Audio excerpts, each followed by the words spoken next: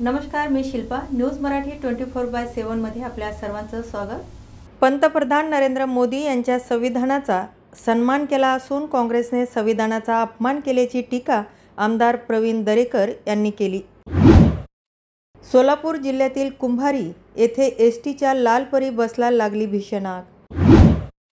सोलापूर कृषी उत्पन्न बाजार समितीच्या निवडणुकीत मोठा ट्विस्ट आला असून बाजार समितीच्या निवडणुकीत भाजपा आमदार सचिन कल्याण शेट्टी यांच्या नेतृत्वाखाली भाजप काँग्रेस नेत्यांची एकत्रित पॅनल तयार करण्यात आले आहे.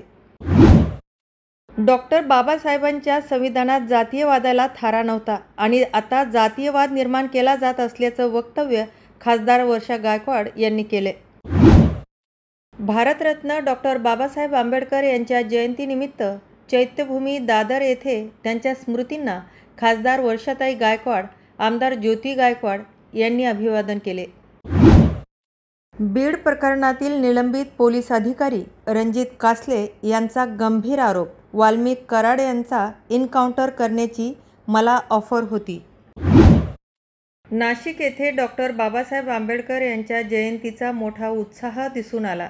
नाशिक शहरातील जुने नाशिक येथे मोठ्या राजवाड्यापासून ढोल ताशाच्या गजरात मिरवणुकीला सुरुवात झाली होती. बुलढाण्यात IPL मॅचवर सट्टा खेळणाऱ्या 2 जणांना नाशिक गुन्हे शाखेने केले अटक. रोहित शर्मा मॅच खेळून फॅमिलीसोबत मुंबईला परत येताना एअरपोर्ट येथे स्पॉट झाला. पंजाब नॅशनल बँकेच्या 13,000 कोटी कर्ज घोटाळा प्रकरणात मेहुल चोक्सीला अटक. IPL 2025 चेन्नई सुपर किंग्सचा लखनौ सुपर जायंट्सवर 5 गडी राखून विजय.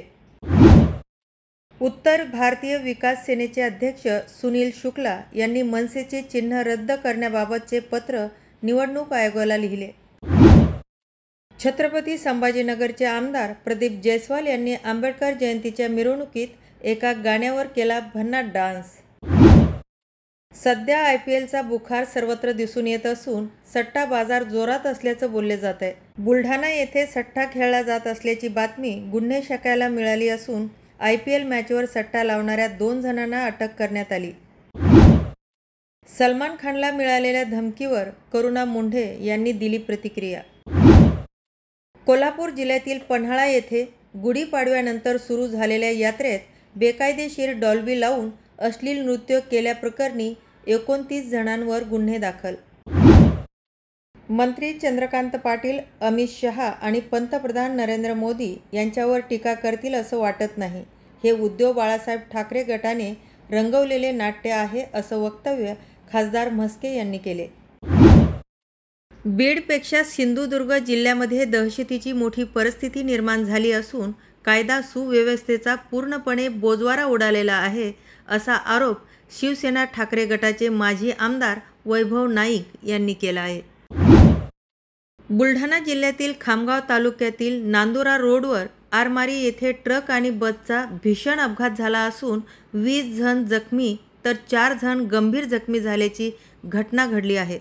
अशाच बातम्यांसाठी पाहत राहा न्यूज मराठी 24/7. नवा भारत, नवा विचार.